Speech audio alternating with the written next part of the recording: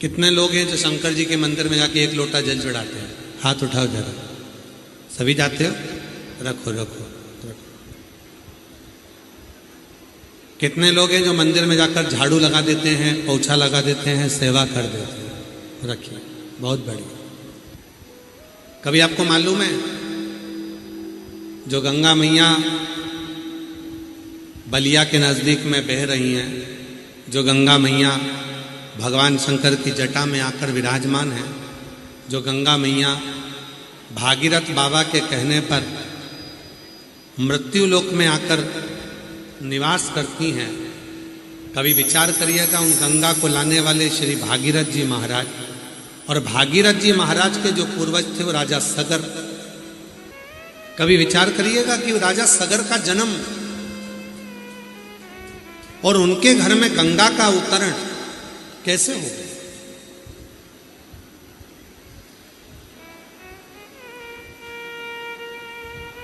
राजा सगर के पिताजी बाहु की 2 धर्म पत्नी थी। सारा वैभव था, सूर्यवंश की पताका था, खूब धन था, खूब वैभव था, सत्ता थी, कुर्सी थी, पद था, प्रतिष्ठा थी, सब कुछ था। पर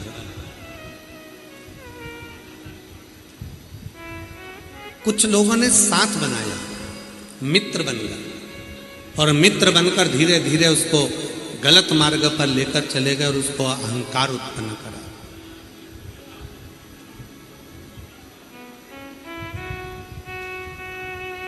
और शिव महापुराण की कथा कहती है 3 मित्रों से जो बच गया उसने अपनी जिंदगी को सार्थक कर लिया।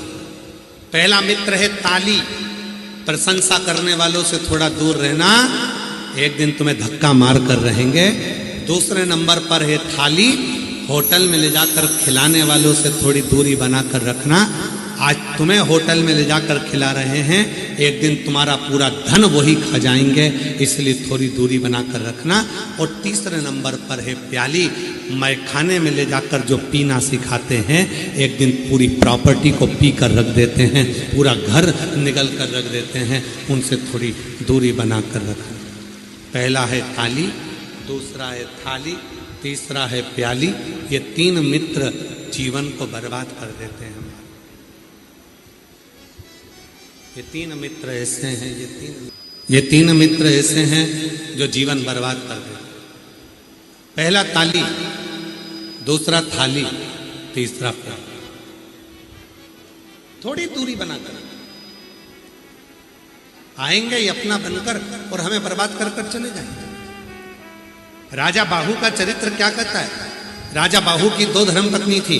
मित्रों ने दोस्ती बनाई, दोस्ती बनाकर धीरे धीरे धीरे धीरे आक्रमण करा, पूरी सत्ता को अपना बना लिया, और बनाने के बाद राजा बाहु को दरवाजे से बाहर कर दिया, नगर से बाहर हो गए।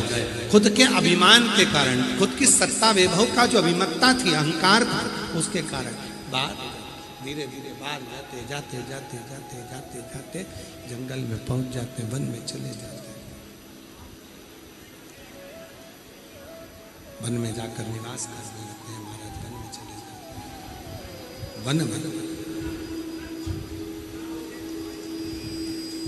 बड़े दुखी थे, नेत्रों से नीर बह रहा था राजा बाहु।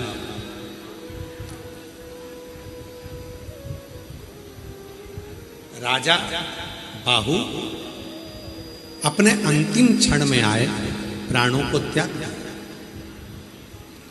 राजा बाहु की धर्म पत्नियां दोनों विलाप करने लगी, रोने लगी। छोटी पत्नी गर्भ से, छोटी पत्नी का गर्भ था। इतनी देर में औरव ऋषि का आगमन हो गया। औरव मुनि ने देखा कि गर्भवती नारी भी पति के साथ सती हो रही है और बड़ी रानी भी पति के साथ सती हो रही है। दोनों को देखकर औरव मुनि के मन में बड़ा ग्लानि होने लगा। औरव मुनि के मन में बड़ा ग्लानि हुआ, बड़ा दुख। औरव मुनि के मन में बड़ी ग्लानि हुई। कि ये अपने पति के साथ सती हो रही है, पति के साथ। आवाज क्लियर करो, क्लियर आवाज करिए। अपने पति के साथ सती हो रही है। और मुनि ने समझाया उन दोनों धर्म पत्नियों को कि तुम गर्भ से, तुम्हारे गर्भ में जो बच्चा है, तुम्हारे गर्भ में बच्चा है, अगर तुम अपने पति के साथ प्राणों को त्याग देती हो तो ये बच्चा भी मर जाएगा और तुम्हें बाल हत्या का दोष लगेगा।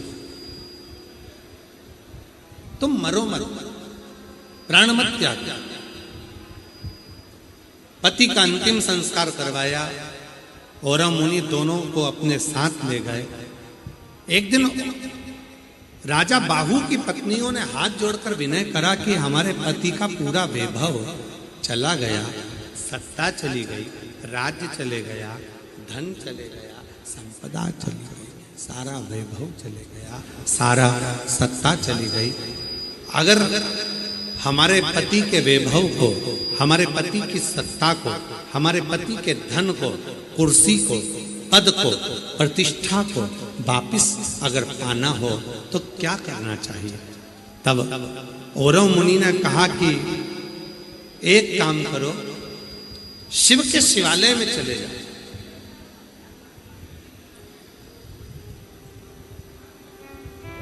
और शिवालय में जाकर थोड़ा सेवा करो, झाड़ू लगाओ, पोछा लगाओ, पोता लगाओ। मेरी जीजियों, एक बात अपने अंदर उतार कर रखना, कर्म के लेख जो लिखे हुए हैं उसको मिटाने का केवल एक ही साधन है, शिव जी के मंदिर में पोछा लगाना, झाड़ू लगाना। जो शंकर के मंदिर में पोता लगाना प्रारंभ कर देता है, उसके कर्म के लेख जो गलत हैं, भोलेनाथ उसको मिटा देते हैं और उसके भाग्य को उज्जवल बना देते हैं।